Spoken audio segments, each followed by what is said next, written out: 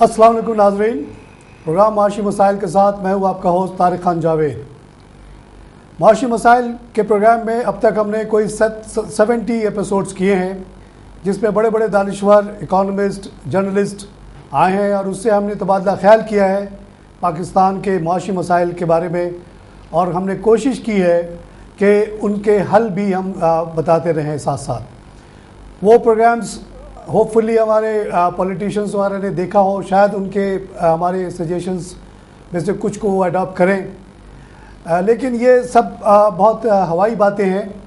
सही मानों में जो तब्दीली आएगी वो किसी न किसी पॉलिटिकल पार्टी के मंशूर के ज़रिए आएगी, और इस सिलसिले में हमने अभी आगाज़ किया है। कई पार्टियों से हमने इंटरव्यू लिया है, उनके इकनॉमिक मैनिफेस्टो को समझने की कोशिश की है।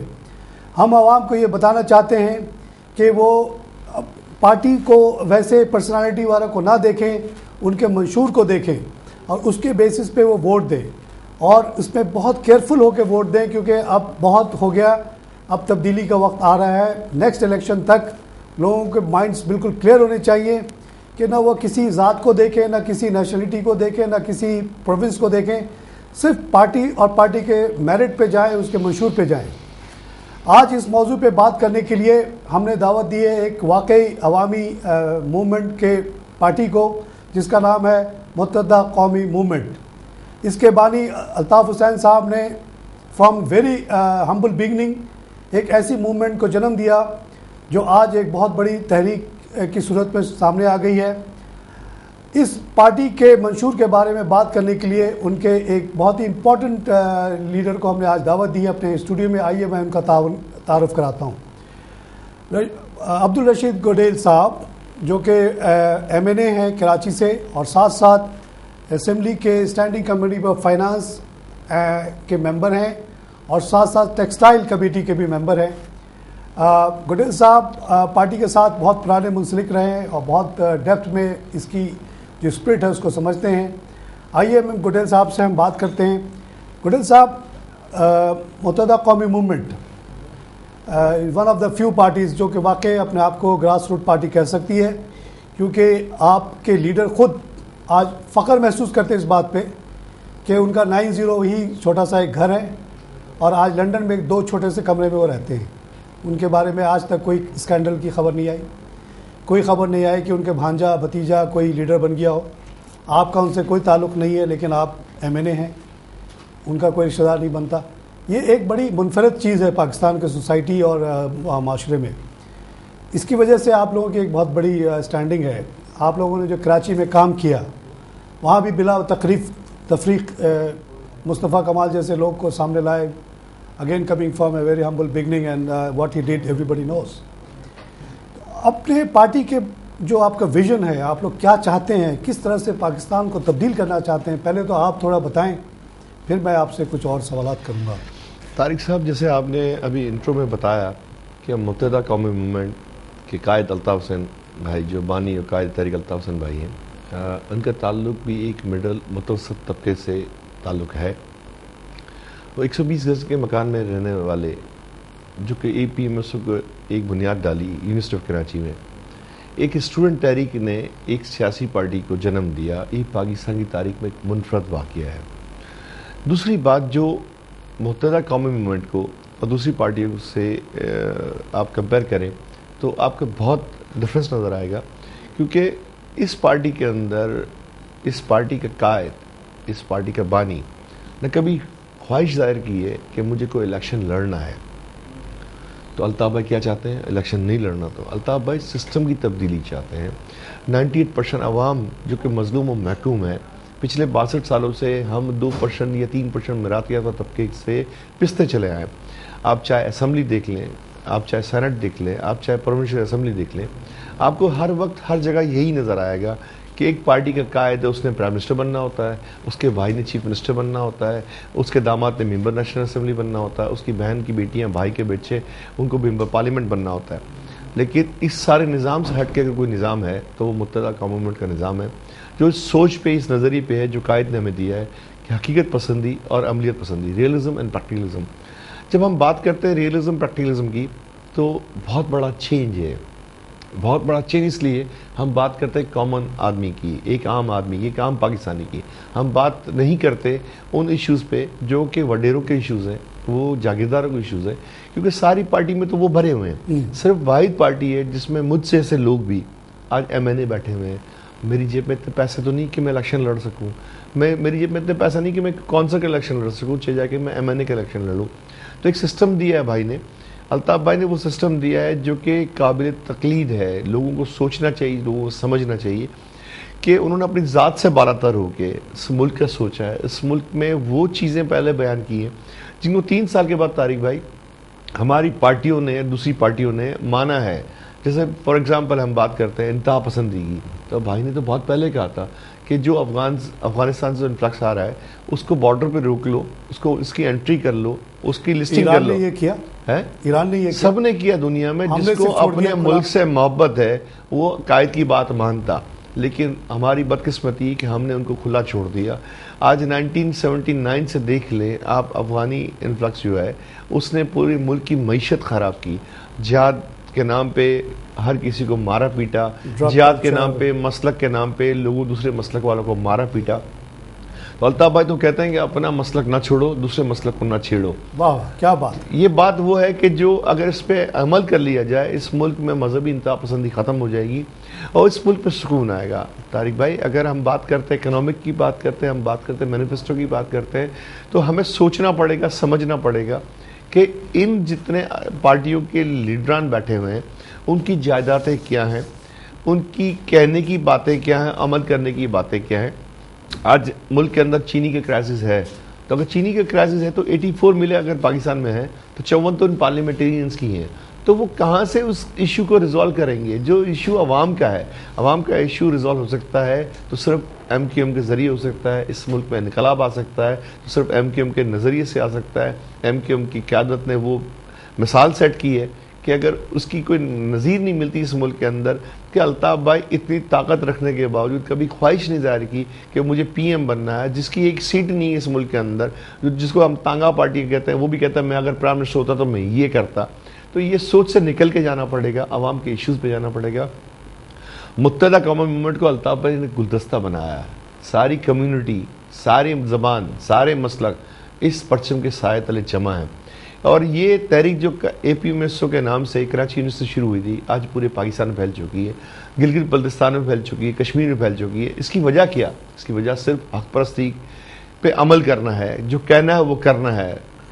रशीद साहब, ये हक परस्ती और सच्चाई पे अमल करना बाज़ दफ़ा बड़ा महंगा और बड़ा मुश्किल होता है। हमको महंगा पड़ा, 92 में महंगा पड़ा। आप लोगों ने जो बेड़ा उठाया है, आपका जो मुकाबला है वो बहुत ही पावरफुल लॉबीज से है। बिल्कुल। और उनकी जो अलाइंसेस हैं वो भी बड़ी स्ट्रॉन्ग हैं। तो आप लोगों को ख़तरा महसूस नहीं होता कि ये सब मिलके जितने वडेरे जागीरदारों के ख़िलाफ़ आप बात कर रहे हैं, जिनका इतना बड़ा होल्ड है पूरे मुल्क में, वो सब मिलके आपके ख़िलाफ़ कंस्पायर करके आप सबको ख़त्म नहीं कर देंगे? तारिक भाई बहुत अच्छी बात की, बहुत अच्छा सवाल पूछा है।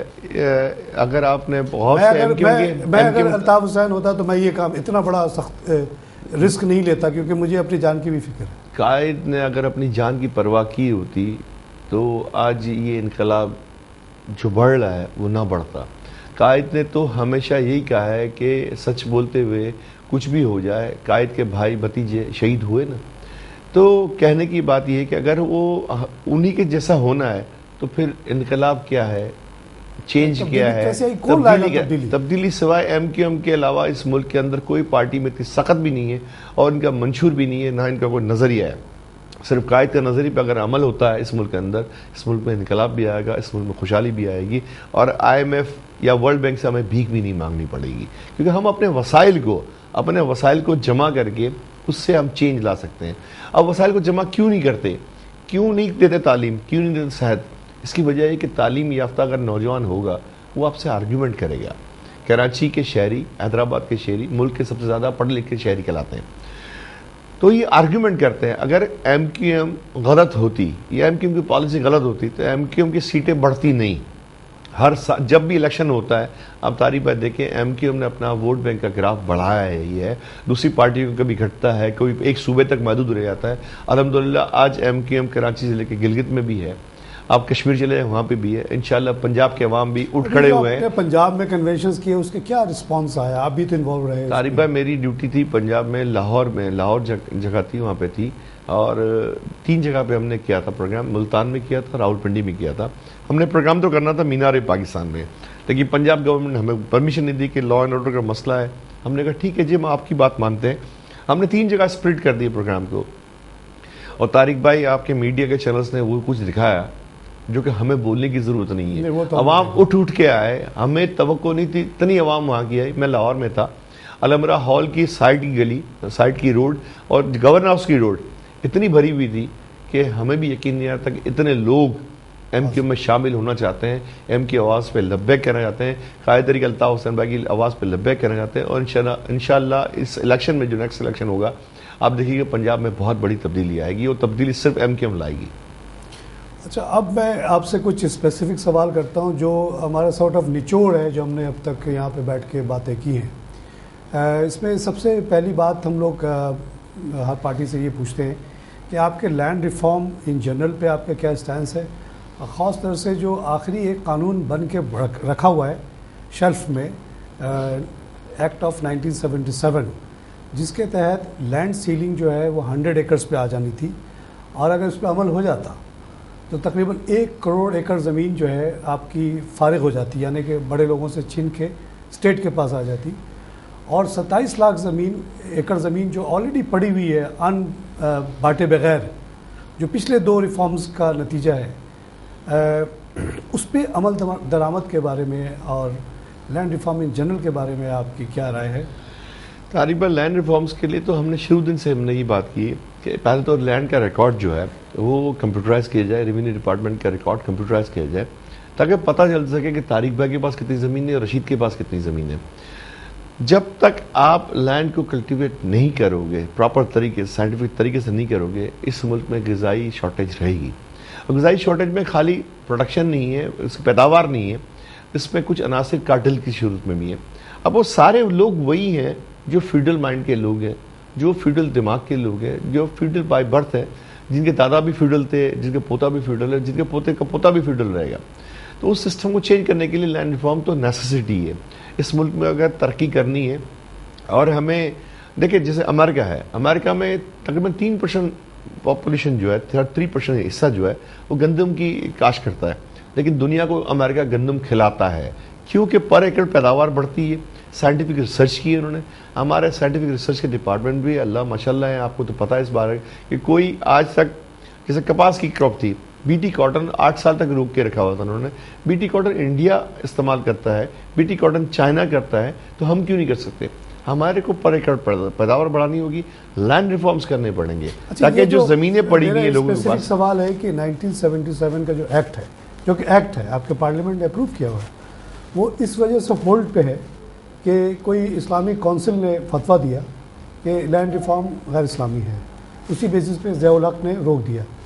अब सवाल ये है कि अब आज आपकी हुकूमत है, खैर वो पार्टी जो मेन पार्टी जिसके कायद मेरे ख्याल में इसी वजह से दुनिया से गए कि उन्होंने दूसरी दफ़ा लैंड रिफॉर्म लाने की कोशिश की, वो तो इस मामले में खामोश बैठी है। वो तो ऐसा लगता है कि वो पार्टी वो रही नहीं जो किसी ज़माने में कंसीव की गई थी।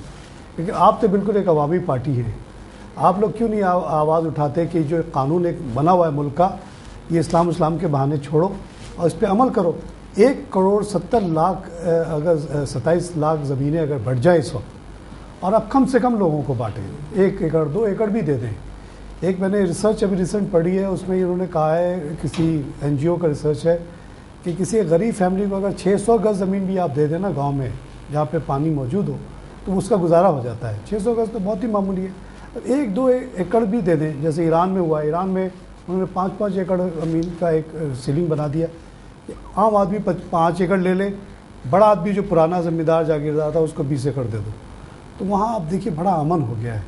ये हमारे पड़ोस मुल्क में, इस्लामी मुल्क में अगर ये हो सकता है, वहाँ तो इस्लाम का इशू नहीं आया, वहाँ तो इस्लामिक रिवोल्यूशन आया था ना, उसी इस्लामिक रिवोल्यूशन में इतना बड़ा सोशल चेंज आ गया। इस पर ज़रा अगर आप जैसी पार्टी ही आवाज़ उठा सकती है। आपने कहा आप हुकूमत हैं, हम हुकूमत का हिस्सा हैं।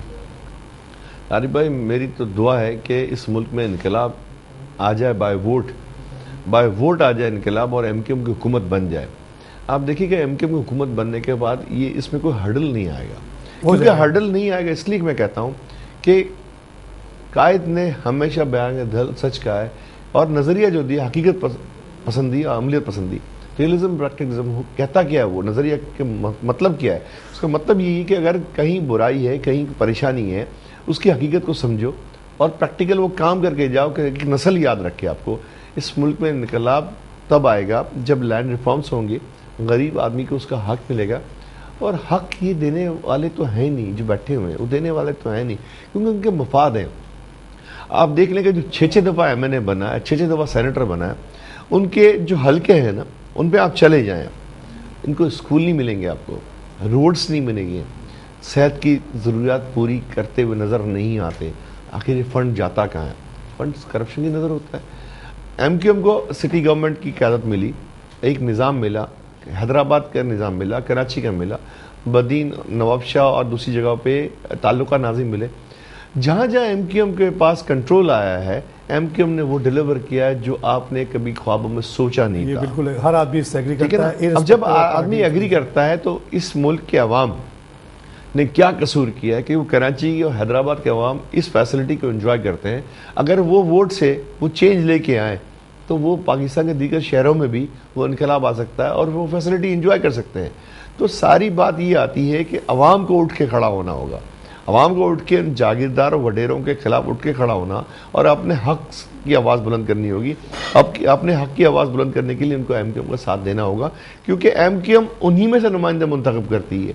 एमक्यूएम कोई बड़ा इंपोर्टेड नहीं करती। नहीं, मतलब आप जाके पंजाब में खड़े नहीं होंगे, पंजाब में कोई खड़ा हुआ, जैसे गुजरांवाला में कोई खड़ा हुआ तो वहां का मुकामी कोई भी पढ़ा लिखा नौजवान खड़ा होगा।